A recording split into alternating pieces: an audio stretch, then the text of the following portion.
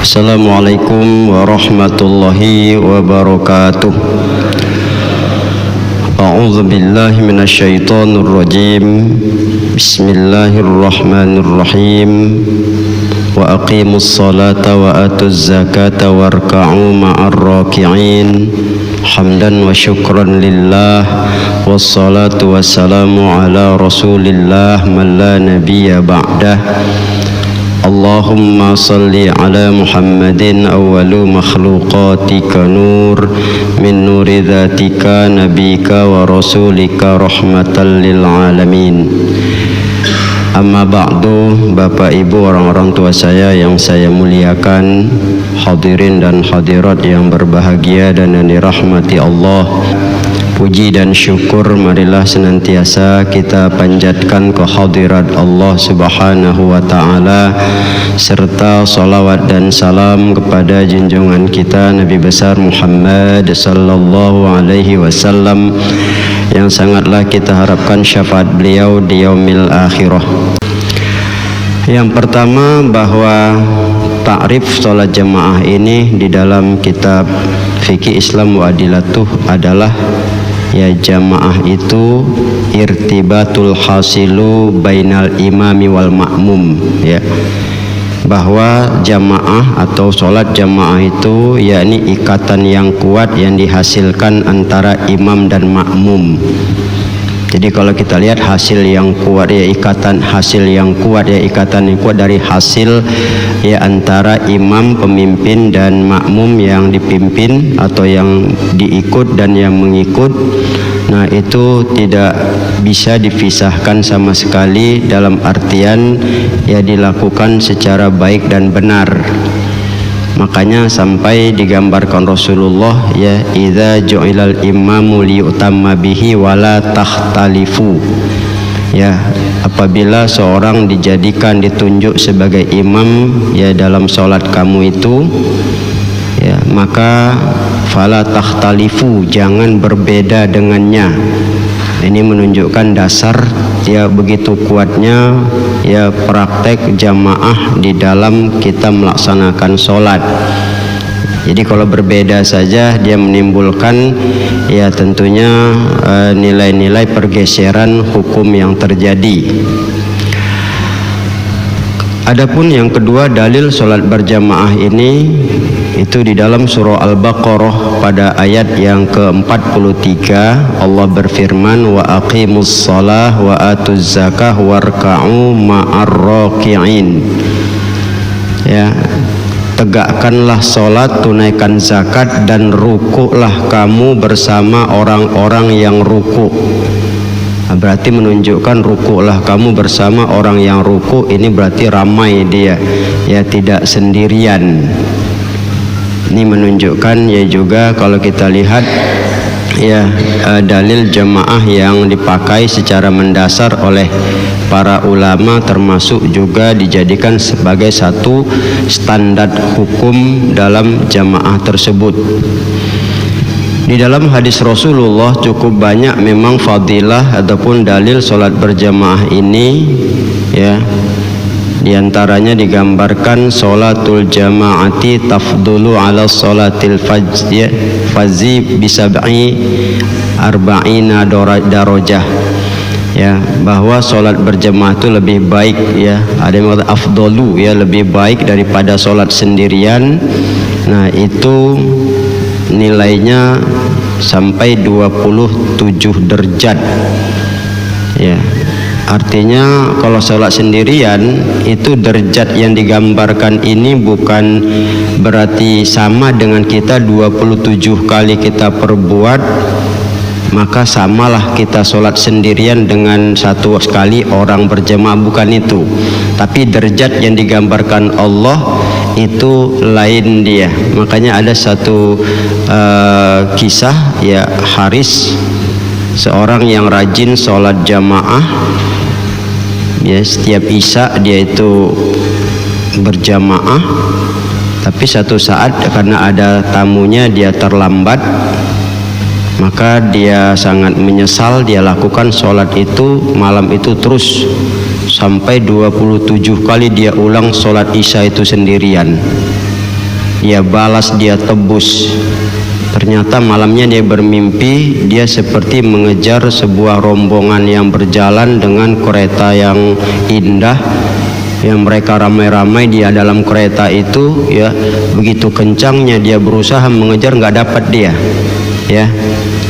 Maka datang suara mengatakan, sekuat apapun kau melakukannya, kau tidak akan dapat mengejar mereka. Ini artinya walaupun sendirian kita balas sampai 27 kali atau satu malam pun itu nggak ada gunanya, nggak bermanfaat dia. Karena artinya ketika itu diberlakukan, ya sholat jamaah itu karena ada dasar perintah Allah. Sementara dia melakukan 27 kali pun berulang sendirian, itu kan maunya sendiri, itu kan beda dia. Ya inilah yang kadang-kadang kita keliru di dalam memahami satu makna. Ya banyak sekali orang keliru, ya, sehingga kadang-kadang kekeliruan itu bisa menyesatkan kalau sempat salah. Ya sama seperti orang berhaji memaknai keliru. Ya satu waktu di Masjidil Haram sama dengan 100.000 kali di masjid yang lain di luar masjid tanah haram. Dia sholat di sana berhaji, dihitung-hitungnya udah banyak kali, 400 tahun pun umurnya nggak sholat, aman nggak sholat dia. Itu sesat itu, ya pikirannya sesat yang begitu. Nah inilah yang sebetulnya, maka itu bagi kita ya nilai yang dikemukakan ini itu tidak menurut pikiran kita yang mutlak. Jadi nggak seperti matematik ibadah tuh, pasti ada di luar itu yang pasti kita nggak akan menjangkaunya, nggak akan terjangkau sama kita nilai-nilai yang terkandung di dalam perintah. Ini yang perlu dipahami, ya. Dan banyak lagi nanti ke depan kita sampaikan ya masalah hadis-hadis keutamaan itu. Ada satu hadis ya memang mungkin jarang kita mengamalkannya itu, ya dimana Rasulullah mengajarkan apabila kamu hendak ke masjid ya sholat berjamaah, ya maka ketika keluar rumah bacalah Bismillahi tawakkaltu 'alallah ya sampai selesai. Nah baru kemudian dianjurkan kita berdoa, ya doanya itu kita mohon bahwa berlindung kepada Allah dari sesat dan disesatkan, dari tergelincir dan digelincirkan, dari jahil ya bodoh dan dibodoh-bodohi. Kemudian kita minta di doa itu untuk kita tuh mohon dapat ridho Allah, jauh dari kesalahan. Dan kita doa juga terus sampai yang untuk penerang diri, Allahumma ja'alin nuron fi ya amami wa nuron fi fauqi, karena itu ya, berikan aku, jadikan bagiku cahaya di depan, di belakang, di atas, di bawah, di kulit, di tulang, ya di apa kita bilang di hati, sampai semuanya kita terangin. Nah, maka barulah kita berangkat sampai di masjid. Itulah yang Allahumma ftli tahli abwaba rahmatik, baru kita masuk masjid.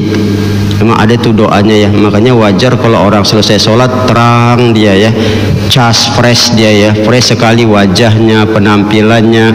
Kenapa? Karena memang sebelumnya juga minta, apalagi sholatun nur, sholat itu cahaya. Ya sudahlah kita minta cahaya, mengerjakan suatu yang bercahaya, maka wajar muka orang-orang yang sholat itu beda dengan yang tidak sholat. Butek itu yang nggak sholat tuh ya, buram dia. Kalau kertas buram dia, nggak. Kalau mungkin gambarannya kertas ubi sama HPS kan begitu ya, atau kertas yang berwarna lagi.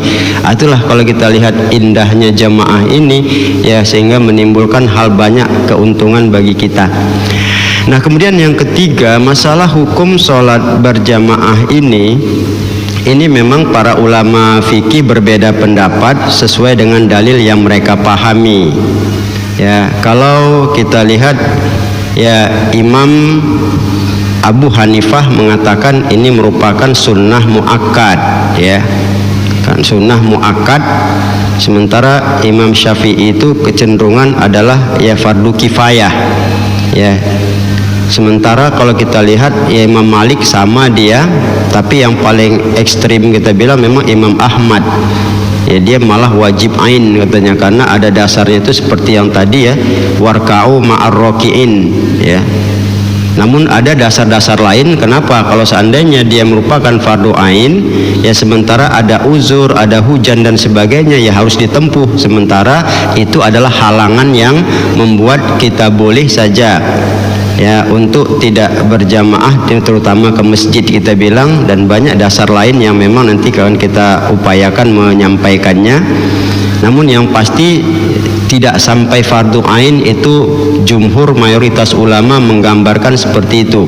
Karena sampai digambarkan kenapa sampai fardunya itu kuat, ya kalaulah aku serukan seorang azan maka aku lihatlah, kata Rasulullah, artinya tidak ada yang ke masjid, maka aku suruh membakar rumahnya itu. Inilah kalau salah satu kita bilang sampai saking utamanya sholat jamaah itu ke masjid, sampai Rasulullah ya mau menyarankan begitu, walaupun itu bukan suatu hal yang dilakukan.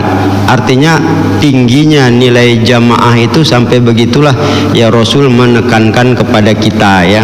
Namun yang pasti mayoritas ulama paling jatuh dia tingginya itu fardu kifayah, karena sampai digambarkan Rasul tiadalah satu negeri itu 3 orang saja yang dia melakukan sholat berjamaah, maka sama dia melepaskan diri dari cengkeraman serigala di antara ya kambing-kambing yang menyendiri. Artinya di situ gambarannya bahwa ya paling tidak 3 orang saja pun menunaikan sholat jamaah itu sudah memadai bagi satu negeri. Inilah salah satu makanya hukumnya paling tidak fardu kifayah.